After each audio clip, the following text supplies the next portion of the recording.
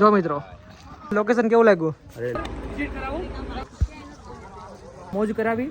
અને મિત્રો હું અને મારી પૂરી ક્રિએટર ટીમ અત્યારે આવી ચૂકી છે વોટર પાર્કને વિઝિટ કરીને. અત્યારે એની બાજુમાં ધ પિક્સો સિટી કરીને ફિલ્મ સિટી છે, તેની અંદર અમે લોકો આવી ચૂક્યા છીએ.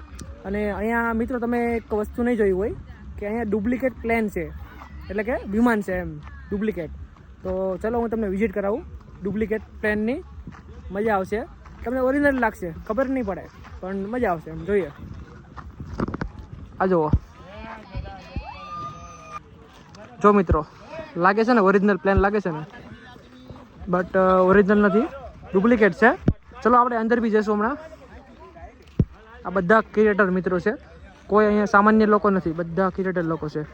કોઈના 10,000 20,000 30,000 50,000 લાખ 2 લાખ ફોલોવર્સવાળા અહીંયા લોકો છે, તમે જોઈ શકો છો. આ કિશનભાઈ છે, આપણા બંને ભાઈઓ છે. અત્યારે સુરતમાં એક જ નામ ચાલે છે, સગુન ફેશન ના એવા ઓનર છે આ બંને. તો તે લોકોએ જ બધું મેનેજમેન્ટ કર્યું છે.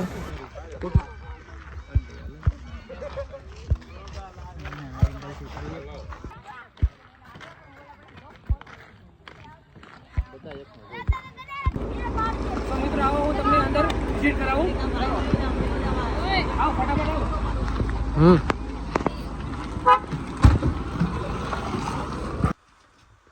તો મિત્રો આ છે આપણું પ્લેન.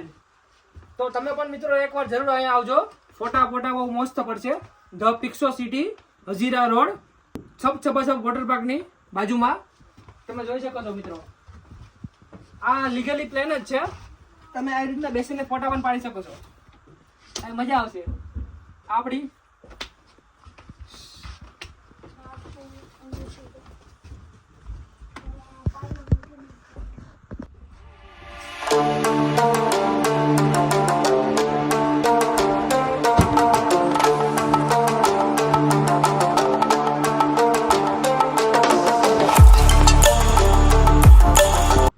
તો મિત્રો અત્યારે હવે પ્લેન જોઈને એની બાજુમાં જ છે. હવે આ આખી પિક્સો સિટીની આખી થીમ છે. અહીંયા ડિફરન્ટ લોકેશન છે અને મજેદાર લોકેશન છે. મોસ્ટ ઓફલી આલ્બમ સોંગ, કોઈ પિક્ચરનું શૂટિંગ બધું અહીંયા જ થાય છે. તો ચલો આવીએ, તમને બતાવું ધ પિક્સો સિટી. આ તમે જોઈ શકો છો, આ બહારનું લોકેશન છે બધું.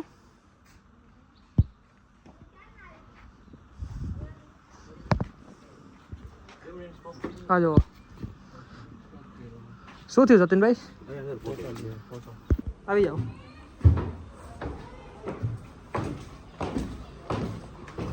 સો મિત્રો ફાઇનલી આપણે પિક્સો સિટી થીમ છે તેની અંદર એન્ટર થઈ ગયા છીએ. તમે જોઈ શકો છો.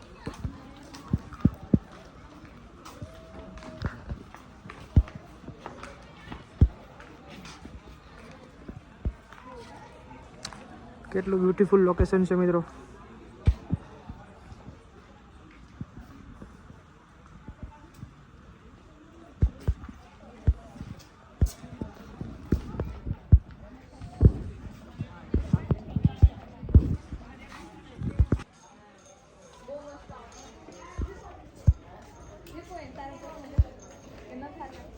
WhatsApp bro.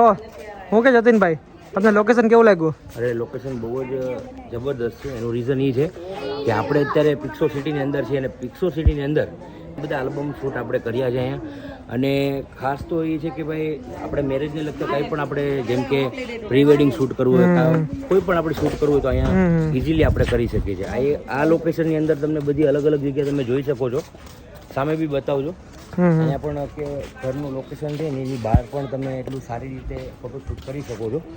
અહીંયા મિડલમાં તમે બતાવજો. મિડલમાં પણ તમે વચ્ચે બેસીને કપલનું આપણે ફોટોશૂટ ઇઝીલી કરી શકીએ છીએ. અને આગળ પણ ઘણી બધી એવી જગ્યા છે જ્યાં આપણે બહુ જ સારી રીતે ફોટોશૂટ કરી શકીએ છીએ.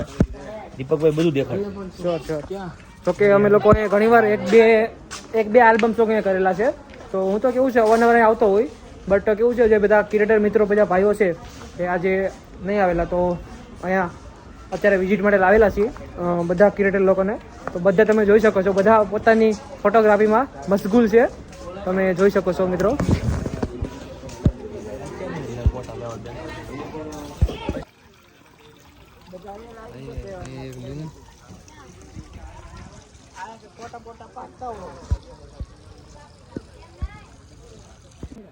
આ તમે મિત્રો જોઈ શકો છો કે જેમ રાત થાય છે ને એમ નાઇટમાં મસ્ત જોરદાર લુક આવે છે. ખાસ કરીને પ્રી વેડિંગ શૂટ માટે બધા અહીંયા આવે છે ફોટોગ્રાફી કરવા માટે.